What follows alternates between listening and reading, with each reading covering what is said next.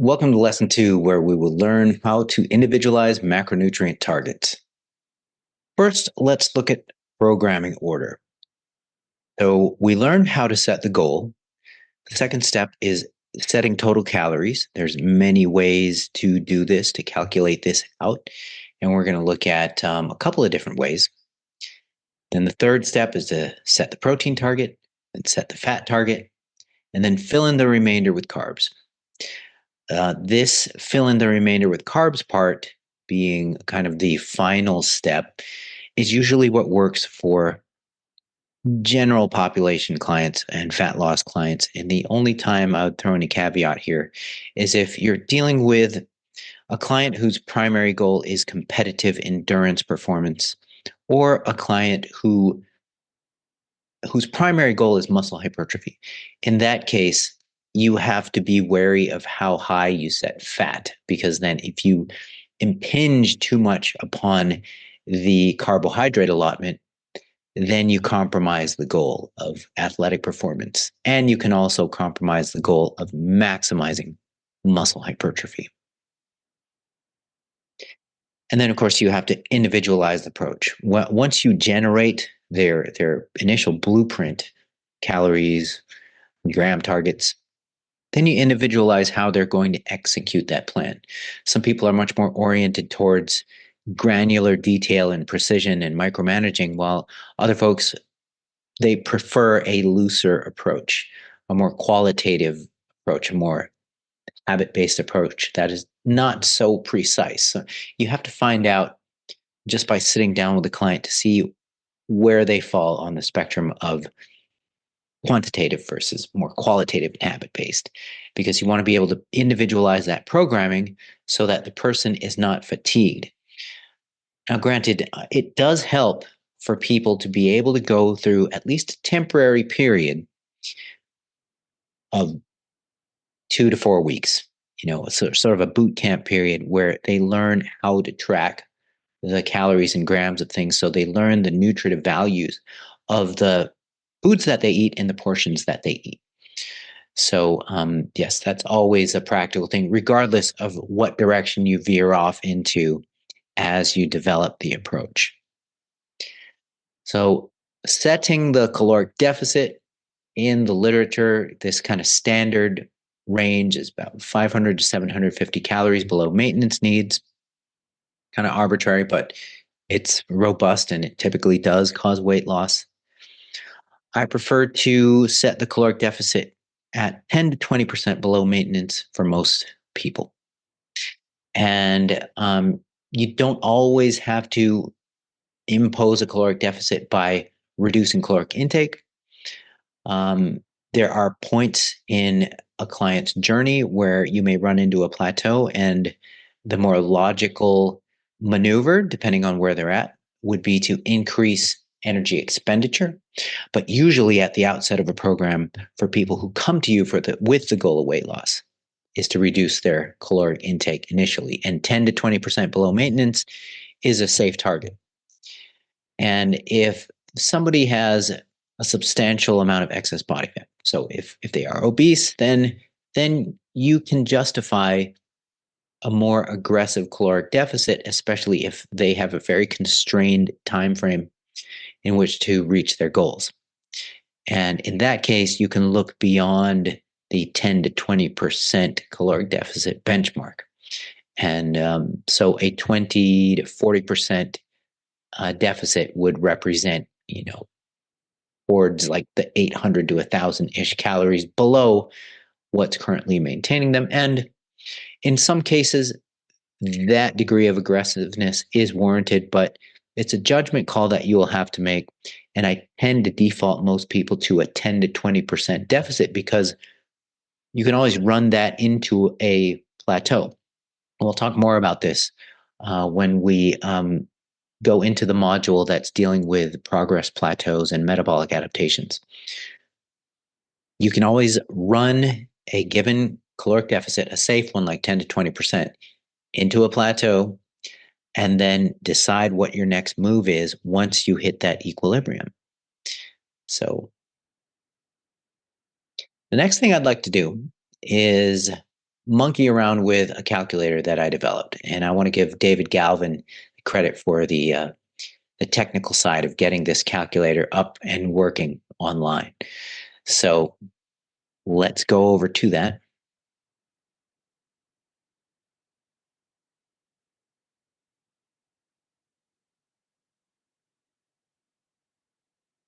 Okay, so here we are, alanaragon.com/diet calculator. And I'm going to run a couple of different calculations. So I'm going to first run a calculation that involves knowing what your target body weight is. And then I'm going to run another calculation that involves not knowing what your target body weight is. So let's imagine that we do know what our goal body weight is. Okay, so let's take somebody with a current body weight of, let's say, let's say 170, and a target body weight of 130. And you can toggle this to kilograms if you're an international person, if you're civilized. Okay. And when we fill out this field, what we want to do, okay, it's asking for average total weekly training hours. Don't put in anything except for formal resistance training hours, as well as formal sweaty cardio. Because if you put in every little bit of walking that somebody does, or if you try to smuggle in some non-exercise activity into this, then you might end up overestimating total caloric needs, because there's already a section here where we factor in non-exercise activity. So for this particular field, then just input total average weekly resistance training hours plus total average weekly sweaty cardio hours. And so let's imagine that total weekly training hours for our hypothetical person is 5 hours on average per week. Since this is a weight loss goal, once we get to the non-exercise activity level section here, I'm just going to leave it at low. It's your safest bet for this particular calculator to just leave the NEAT level at low when the goal is weight loss. Okay, so we've inputted everything here: current body weight, target body weight, total average weekly training hours. And what we can do now is just scroll down and hit calculate, and it gives us our estimate. So it gives us our estimate here and then over here in the pre-fudge factor field over there. But down here, you're always going to see what kind of the bottom line of what this calculator is thinking. So it's giving us 1,950 calories. So let's imagine that you don't like this number for whatever reason. It doesn't sit well with your sensibilities. You can fudge it down 10% or up 10%. So let's fudge it down 10%. Bam. And then we hit calculate. And then it gives us 1,755. Okay, so what we have estimated now, what we have figured out, in quotes, we've taken the approach of calculating the maintenance needs of a given target body weight at a given physical activity level. Okay, so we're finding out the maintenance needs of a projected set of conditions. So this is our goal body weight person, a 130 pound person with 5 hours a week of total training, total average weekly training hours. And this is the estimate. We fudge down 10%. Okay. So the alternate way to find out somebody's caloric needs is to not necessarily know what their ultimate caloric needs are at their target body weight, but, and this is kind of the standard way to do it, you just have them track their intake as accurately as possible for roughly a couple weeks at least. And then they arrive at what has been maintaining them. This is assuming they've been maintaining their body weight for several months. So you know their body weight's stable, so you have them track for 2 weeks at minimum, and then they arrive at this number that's maintaining them. And then you take that number, reduce it by 10 to 20%. Or you can be more aggressive in certain circumstances and reduce it by over 20%, up to 40-ish%. And then you run the program that way. So there's different ways to skin a cat over here. But I've found that it can be very useful to know the maintenance requirements of a future body weight with a given physical activity level that's going to be committed to. Because then you at least have an idea of what your future self might be requiring in terms of maintenance requirements. Okay, so I am going to refresh the page. And let's imagine that we don't know our target body weight. So over here in step 1, do you know your target body weight? I'm going to say no. No. All right. So current body weight. Let's imagine it's 170. And let's imagine. Oh, okay. Well, over here, we're just assuming we know body fat percent. So I'm going to go through this exercise, assuming we have a relatively reasonable estimate of body fat percent. Because if I hit no, then it's going to take me through a whole bunch of steps to estimate body fat percent based on girth measurements. Okay, so let's imagine I have an idea of what my body fat percent is, and I want to figure out my target body weight, okay, given a certain goal body fat percent. So this is how we do it. Current body weight 170, estimated body fat. Let's imagine that my body fat is estimated at let's say 40%. 40%. So it automatically calculates my lean body mass at 102 pounds. Target lean body mass, I'm going to stay conservative and figure I want to keep that lean body mass. So I'm going to put the same number down there, 102. Target body fat percent, let's say I want to shoot for 25%. And then I just hit calculate, and it gives me my target body weight, 136. So it's pretty cool, I got to admit. So now that we got our target body weight, then we can go through our original set of calculations. So I'm just going to refresh the page just because it's, it's safer to just refresh if you're going to start with a different set of calculations. So current body weight 170. Okay, so now I'm going through this exercise knowing my target body weight. Okay, so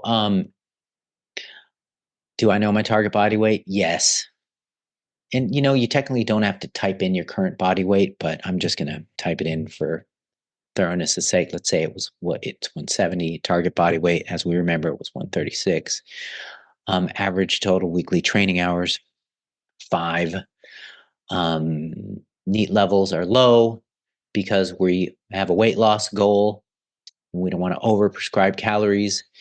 And then we can just scroll down and hit the calculate button, and we get our estimate of total daily caloric requirement. Let's say we don't like that number for whatever reason. I just want to demonstrate this little fudge factor because it's useful sometimes. So I go, okay, I want to fudge down 10%. And you do that, and then you hit calculate, and then it gives you your target for total daily calories at 1,836. So what we found was the maintenance caloric requirement for somebody who's 136 pounds and is going to be training 5 hours a week on average with their resistance training and their sweaty formal cardio combined. and they have a low NEAT level. And I always leave it on low NEAT levels to whenever it's a weight loss goal. Okay, so that is that. That's enough monkeying around with this. Let's go back to the lesson.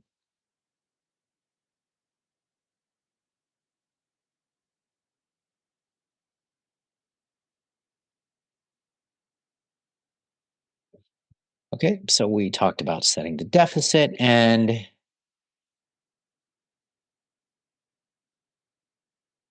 okay. So we talked about setting the deficit, went through the calculator exercise, and I want to make a point over here. Who needs formulas and calculators and who doesn't? So if you know what maintains you and you are not curious to know what might be the maintenance needs of a future you, a future body composition or body weight with a given exercise level, if you're not curious to know that and you happen to know what maintains you, then just go straight to imposing the deficit. Let's imagine you're X number of pounds and you know that you consume X number of calories, then just drop it by 10 to 20% if you have a weight loss goal. And then you would run that caloric deficit into a state of equilibrium or a plateau. And then you would make a decision about what move to make next. And there's going to be more detail of that, like I said, in the next module. So individualizing the macronutrients, we have that catch-all sweet spot of 1.6 to 2.2 grams per kilogram body weight when we're looking at protein. Protein is best set for target body weight or goal body weight. And you could set protein based on current body weight if you're at your current body weight, and that's fine. So pushing the envelope for protein involves intakes all the way up to 3.3 grams per kilogram of body weight. And this is in reference to Chappelle et al.'s research on elite level natural bodybuilders who placed in the top 5. There's a lot to learn from the successful people in certain areas of the field, but safe bet would be 1.6 to 2.2 grams per kilogram of body weight. And a gram per pound of target body weight is always a safe bet for the goal of for programming for weight loss, fat loss technically. So fat targeting, that is 0.7 to 2.2 grams per kilogram of body weight. I personally would not take people below a third of a gram per pound. Just observationally, people just kind of feel like crap on low enough fat diets to that degree. And the reason why fat is set at this soft upper limit here of 2.2 grams per kilogram of body weight is because much more than that, then you're really impinging upon the availability to include carbs in the diet. Just note that I am not anti low carb. I'm not anti keto. I am pro personal preference. It's just that with fat, this range happens to work best for most people. So carbohydrate, it's highly influenced by total energy needs and also strongly dictated by personal preference. And before I end this session off, I want to actually go back to that calculator and show you a little something that is kind of exciting. If we go back to the calculator, we have our person. You can actually set macronutrient targets. So here's our total daily calorie target over here of 1836.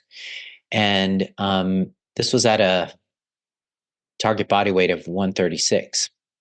So let's go down here to protein and toggle that protein to about 136, 138 grams, close enough. And over here, we can toggle the carbohydrate and fat to whatever we want.